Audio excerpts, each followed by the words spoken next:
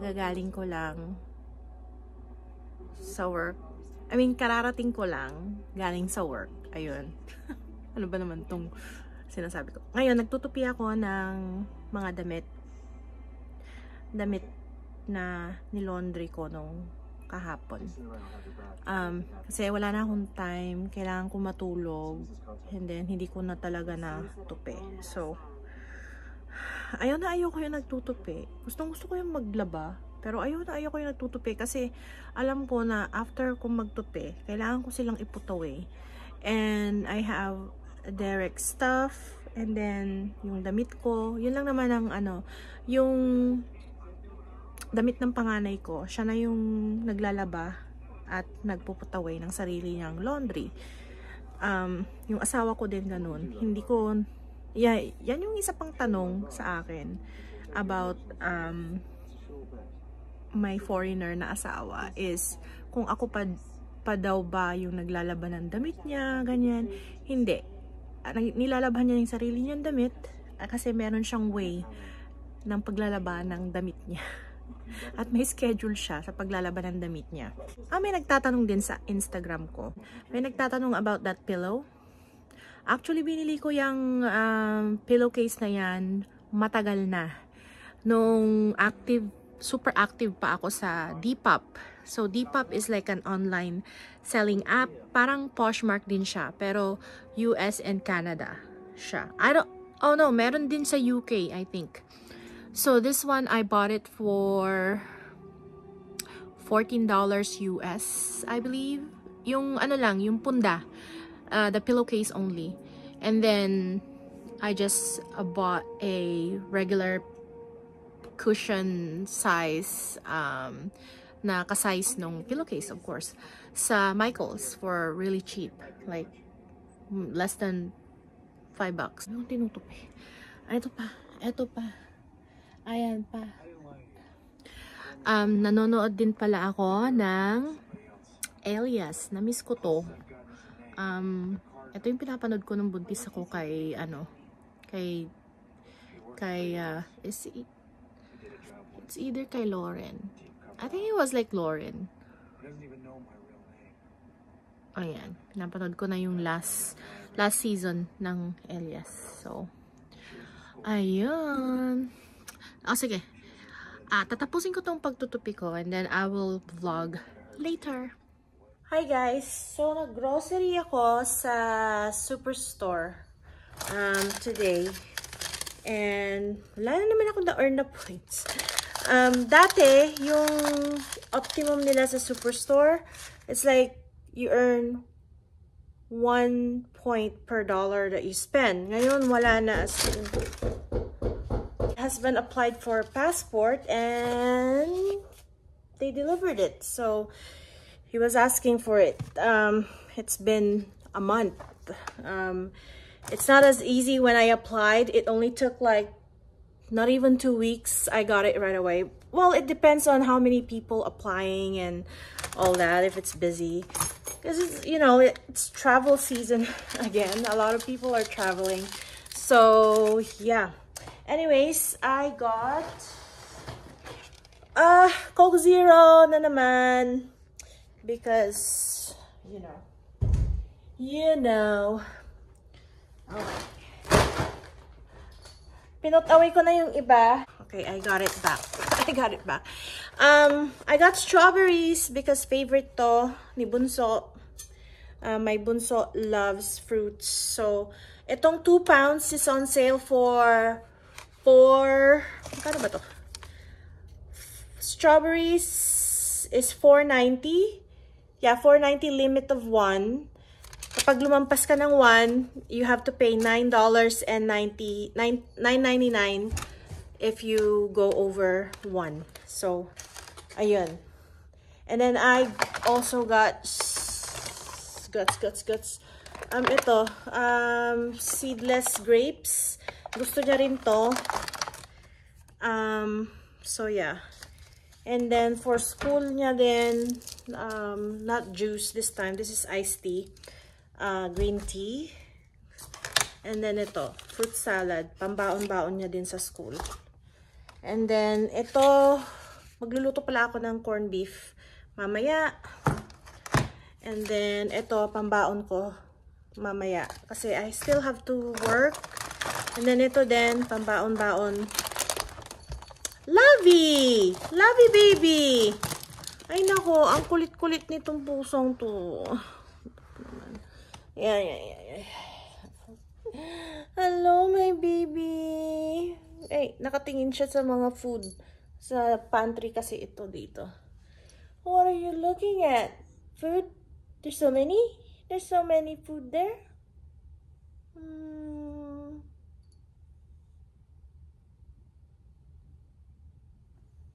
Lovey. Sige na. Ito, yung Oreo.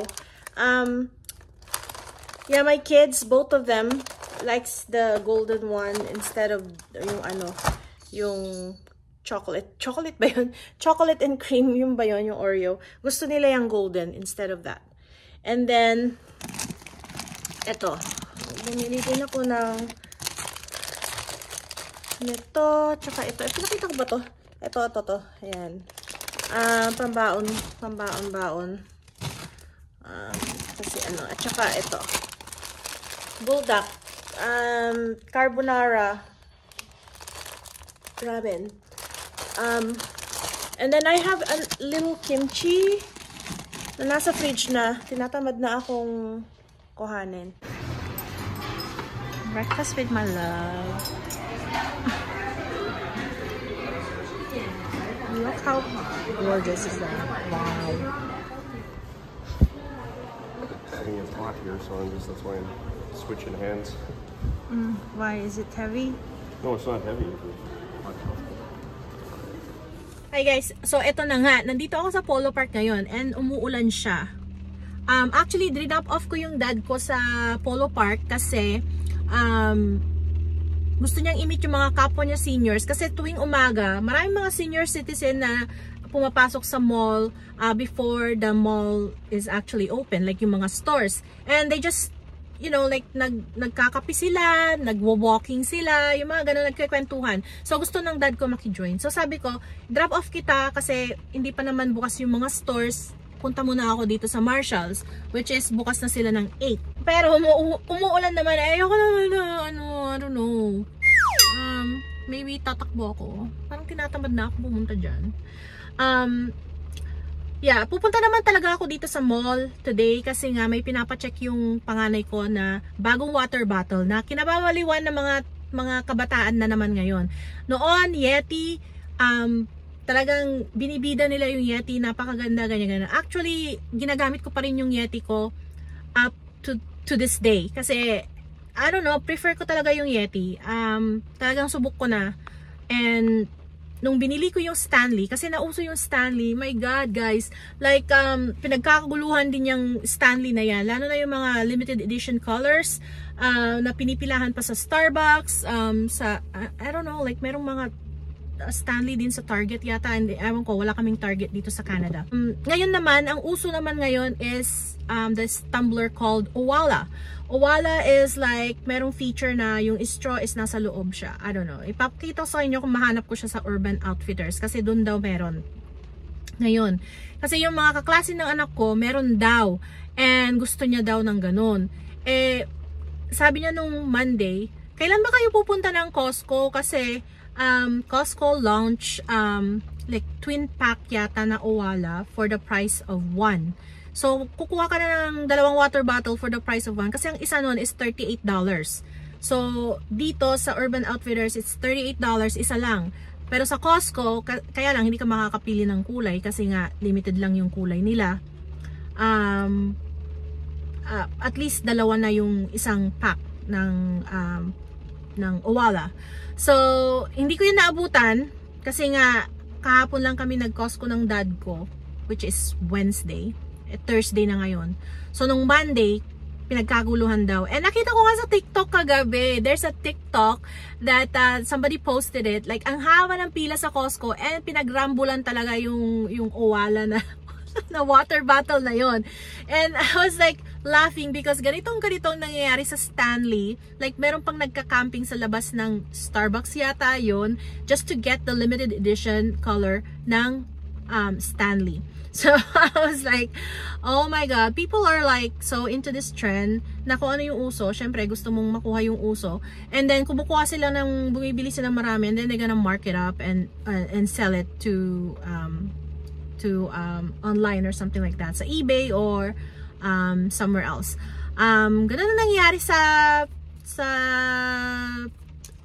Lululemon belt bag, kasi dati nagkaka-shortage yung stocks ng Lululemon belt bag. Ngayon naman, everywhere you can see, talagang merong, everyone have a belt bag. I plan to sell, I sold already 2 of my belt bags, and I think I'm gonna sell them all kasi parang wala nang ano sa akin, wala na akong gana sa belt bag. I think I'm just gonna leave the original, the black one that I bought, and then all of them I'm just gonna sell them. Actually itong bag ko nga, hindi na siya Lululemon. This is actually Kyodan, I think. I bought it off here, actually, this store here sa Marshalls. I bought it for like 20 bucks. And I love it kasi maraming compartment and it's not bulky to be a crossbody bag, and marami akong nalalaman.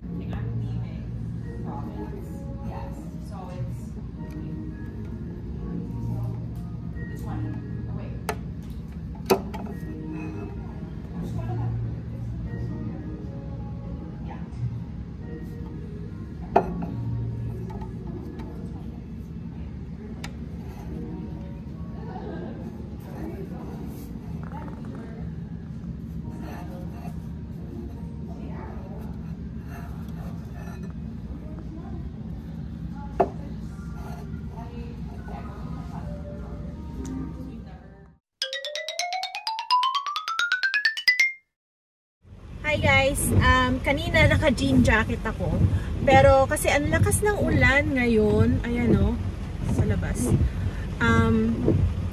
nagpalit ako ng jacket. Ito, may hood siya, kasi kanina walang hood. Ngayon, nagpalit ako ng jacket. Anong nangyayari dito? At ito ngayon, sinusundo ko yung aking panganay, kasi hindi daw siya nagdala ng payong, hindi talaga nagpapayong yun. Tapos, hindi din daw siya nag-jacket. Sabi ko, ano naman itong batang to? So, yeah. Anyways, yung daddy ko nag-offer na pick upin si Derek. So, I could come here earlier. Kasi nga, ang pahirapan ang parkingan dito. If mag-aantay ka, kung gusto mo naman, doon ka pa sa malayo mag-park. Eh, yun nga yung reason na susunduin ko siya, kasi ang layo ng lalakarin niya pa. Pero dito, tignan nyo guys, yung mga sasakyan talagang hindi niyo siya makita. Pero, yeah, yung sasakyan is mahirap din na mag-drive dito. Kasi, ayan, salubungan ang mga sasakyan. Ayan, busy talaga. Parang may prosesyon. Mga sasakyan, ayan, salubungan. Tapos kapag wala kang patient, ewan ko lang kung ano, pero nakahanap ako ng spot dito. Actually, hindi ka naman talaga pwedeng mag-parking dito, so mag-hazard ako mamaya. But ayan, ang lakas ng ulan, grabe. Ayan, ang mga sasakyan nagrarambulan na. Guys, yung mga sasakyan, ang busy mga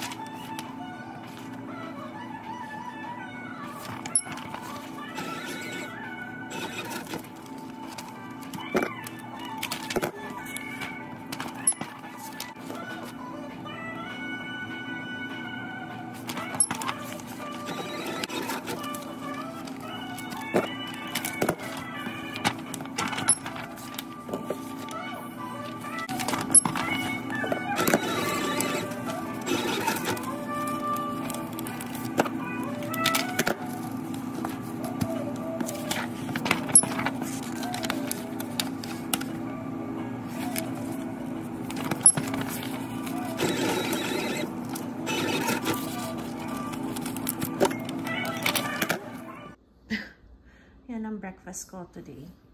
Pancake, strawberries. Ito mga to is aloe vera chunks siya, which is good for your indigestion sa ano. So, ayan. Let's eat brekkie. So, before I go to sleep, kasi may work na naman ako mamaya. And, oh, ayan, dumidilim na. Okay, so, nung isang araw, diba, nagpunta ako sa Polo Park para i-check ko yung water bottle na gusto ng anak ko. Well, gusto ko din. Kaya napa-order ako online sa well.ca. Doon ako nag-order. Kasi they carry Yeti, Hydro Flask, at saka mga iba-iba pang mga tumblers. And they carry Owala. So, happy naman ako kaysa mag-order ako sa Amazon, which I almost ordered sa Amazon. Dun sa Urban Outfitters kasi, sabi nila maraming mga pagpipilian na kulay. So, when I went there, nakita nyo naman sa vlog na 2 kulay lang yung available at that time nung nandun ako. Merong parang neon na yellow at saka isang parang blue na may pink, and ayaw yun ng anak ko. Ang gusto niya talaga yung black, or kung hindi black, yung parang grayish ang kulay. Parang neutral na hindi masyadong makulay. Eh ako naman, okay lang sa akin yung makulay. Pero gusto ko talaga ng pink. Kasi yung Yeti ko, pink siya. Like, fuchsia pink pa nga yata yung aking Yeti. Tapos yung Stanley ko, pink din siya. Pero more on like, parang baby pink siya. Basta gusto ko ng pink na Owala. Kung kukuha din naman lang ako ng Owala, gusto ko na yung pink, diba? So, well, nag-order ako sa well.ca. $34.99 siya. So, sa Urban Outfitters, ang Owala nila is $39. So, nakasave pa ako ng almost $5. And, yeah. So, I'm glad na nag-order ako doon. And, kinuha ko yung pink, of course. And then, yung in-order ko para sa anak ko is yung black. Kasi yun ang gusto niya. And, yeah, na-miss ko yung ano sa Costco. Gusto ko din yung kulay na yun. Para siyang pastel, para siyang cotton candy color. And, yeah, gusto ko din yun. Kaya lang, pagkukuha din naman ako ng Owala na 2, eh, yung gusto ng anak ko, ayaw niya ng pink. So, hindi rin ako makakapamili, diba? So, ayun. Yun, talagang water bottle crazed ang mga person ngayon. I'm gonna close this vlog. And I hope you guys enjoyed a little bit of this vlog. So, see, dumaan yung asawa ko. Kaya nahiya naman ako. Anyways, yeah. Thank you guys for watching and have a good day.